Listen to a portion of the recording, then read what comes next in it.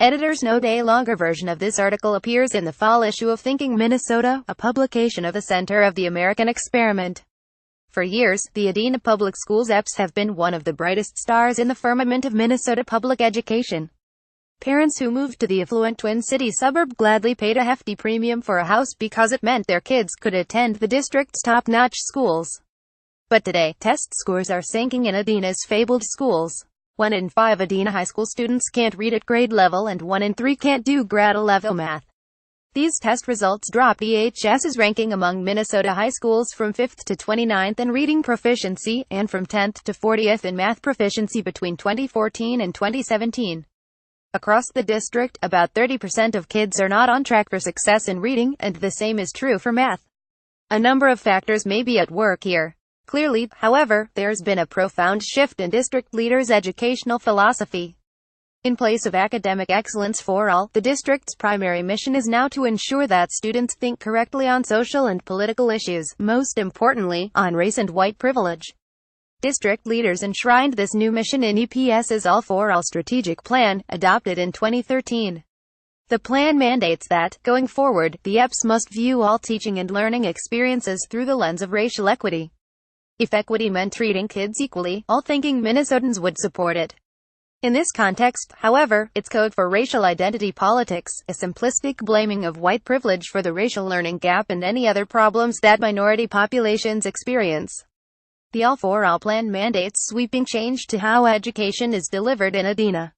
For example, it dictates that, from now on, the district will hire racially conscious teachers and administrators.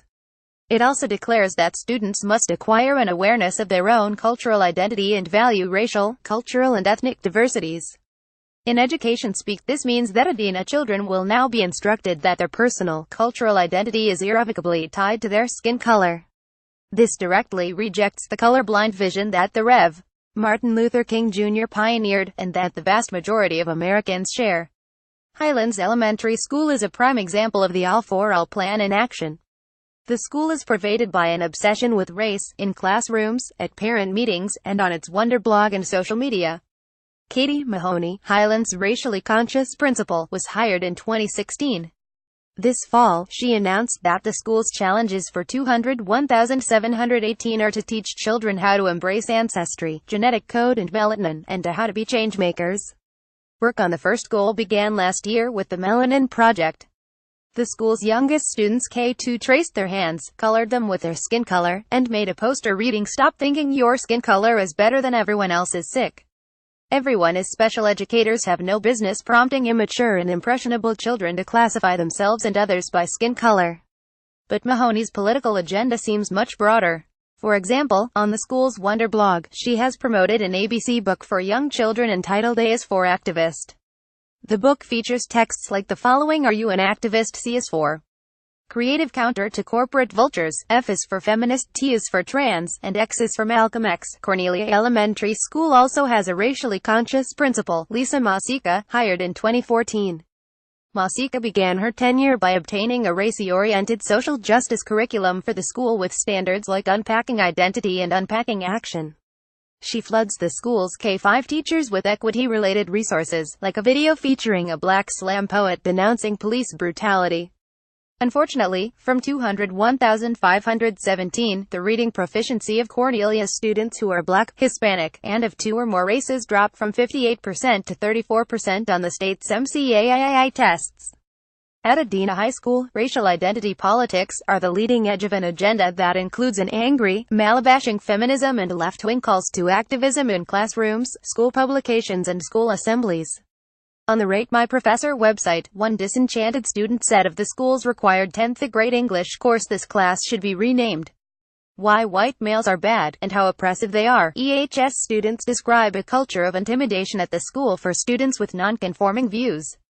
The lockstep partisanship they complain of was on display after the 2016 elections, when 80 staff members, all but a handful of whom were teachers, co-signed a partisan manifesto in the student newspaper bashing President-elect Donald Trump as a racist and aligning themselves with the Democratic Party and Hillary Clinton. "Many of you students have made clear that right now, you don't feel physically safe," the article read. "Know that we will do all that we can to fight for you, and that we will teach rebellion against a broken world." EHS policy prohibits partisan bias by teachers, but the teacher charged with keeping it out of the school paper herself signed the editorial. On August 24, 2017, Peter Kirsanow, a member of the U.S. Commission on Civil Rights, wrote to the chair of the Edina School Board about this and other recent incidents at Edina High School.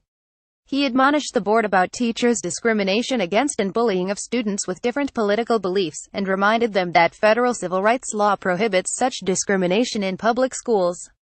In a response dated September 21, EPS Superintendent John Schultz essentially acknowledged that the high school has failed to meet its First Amendment obligations. Since receipt of Kirsanow's letter, he wrote, the district has invited a team of attorneys to conduct training on employee and student free speech rights and limitations, which was attended by administrators and all high school staff. Today, Edina students are being deprived of their right to a solid education by teachers and administrators who substitute indoctrination and intimidation for effective instruction.